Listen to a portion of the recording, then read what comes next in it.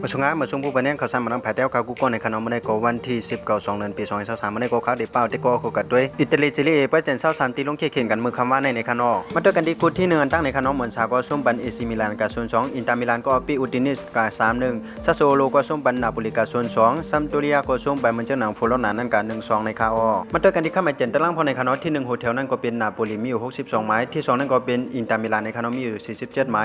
เลยว่าไม้นั้นห่างถึงเป็น15ไม้ในขณะที่ตั้งตานาโปลีตีไลก็สู้ในปีในก็เลยว่ามีสูงอยู่เหมือนกันในคานอที่3นั่นก็เป็นอิซิมิลานในคานอมีอยู่44ไม้ที่4นั่นก็เป็นอัตแลนตาในคานอมีอยู่41ไม้ค่ะมาด้วยกันในส่วนตกแต่งสีเหลืองนั่นพอในคานอที่18นั่นก็เป็นวิโรนามีอยู่17ไม้ที่19นั่นก็เป็นซัมโดเรียมีอยู่11ไม้และที่20นั่นก็เป็นชโมนิดในคานอมีอยู่8ไม้ในคาอมาด้วยกันที่ผู้สร้างกงพอในคานอผู้สร้างกงก็ตึกเป็นวิกตอร์อูซิมฮิมของนาโปลีสร้างกาย18ลูกในคาอว่าจันทร์เช้า3เดือนที่ลงแข่งกันในคำขึ้นในก็ติมีอัตแลนตาเนี่ยกันตั้งเลชีฟิโอเรนติน่าก็ได้เนี่ยกันตั้งเอมโปลีซาลานิตานาก็ได้เนี่ยกันตั้งลาซิโอสเปเซก็ได้เนี่ยกันตั้งจูบินตัดโลมาก็ได้เนี่ยกันตั้งวิโลนาในคาอโอคาตั้งเซนังหมดก็มีจังหนังในคากำเล่นส่วนในก็ขย้อนสุบานาผู้ปัญญาข่าวสารมันนำภายใต้ข่าวอยู่เลยมีเงินทางลีกึกเพิ่นกันกูก็กูกวนสีคำข่าวสารมันนำภายใต้ใหม่ทรงค่า